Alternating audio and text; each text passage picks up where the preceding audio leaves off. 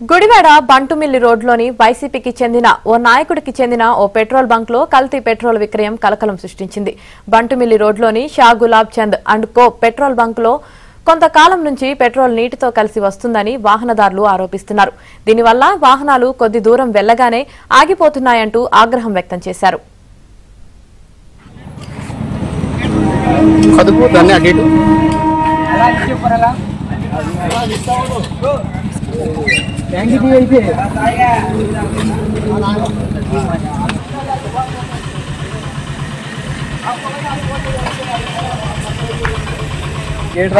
Petrol కొట్టించుకొని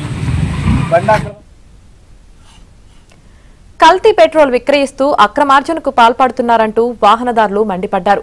petrol bunk యాజమాన్యం తీరుపై నిరసన వ్యక్తం చేశారు.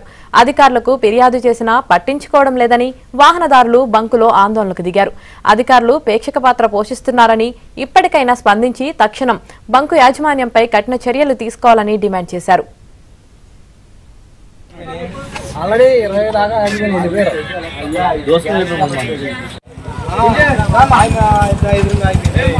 ఏమైంది?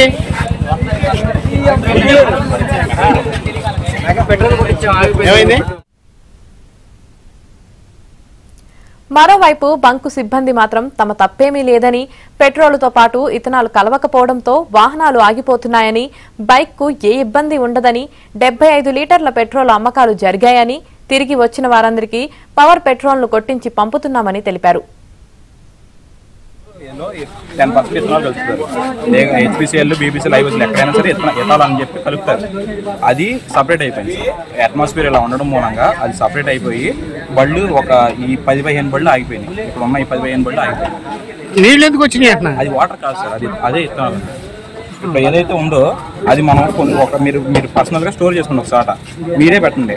అది ఒక 10 హీట్, ఇప్పుడు సమ్మర్, ఇప్పుడు కూలింగ్ ఉంది క్లైమేట్, ఎండ వచ్చినారు చూడండి, అదంతా కూడా పెట్రోల్ అనే కనబడుతుంది.